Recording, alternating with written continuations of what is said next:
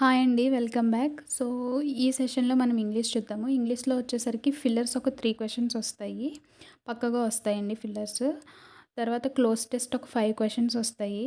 Error detection 5 వస్తాయి. And మిస్‌స్పెల్డ్ కూడా 3 వస్తాయి. తర్వాత సెంటెన్స్ అరేంజ్‌మెంట్‌లో కొంచెం జాగ్రత్తగా ఉండాలి. అది ఒక్కటి తక్కువైనా మొత్తం 5 క్వెషన్స్ కూడా రాంగ్ అయిపోతాయండి. సో, అది రిస్క్ అని చెప్తాను.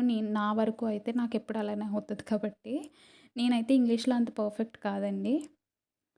సో, తర్వాత వర్డ్ రిప్లేస్‌మెంట్ 3 క్వెషన్స్ వస్తాయి. వర్డ్ యూసేజ్ ఒక 2 క్వెషన్స్ వస్తాయి.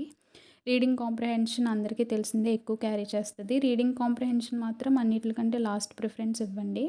లాస్ట్ ఒక 6-7 మినిట్స్ రీడింగ్ కాంప్రిహెన్షన్‌కి ఇచ్చి మిగతావన్నీ ముందే ఫిల్ చేయడానికి ట్రై చేయండి. సో, గుడ్ అటెంప్ట్ అంటే 25 అని చెప్తాను. ఎందుకంటే నేను 25 వరకు చేయగలుగుతున్నాను. అంటే మీరు 25 వరకు చేయగలుగుతారని కాదు. ఒక్కొక్కరికి ఒక్కో కెపాసిటీ ఉంటది. నాకైతే 25 వరకే ఉందండి. సో, థ్యాంక్ యూ అండి.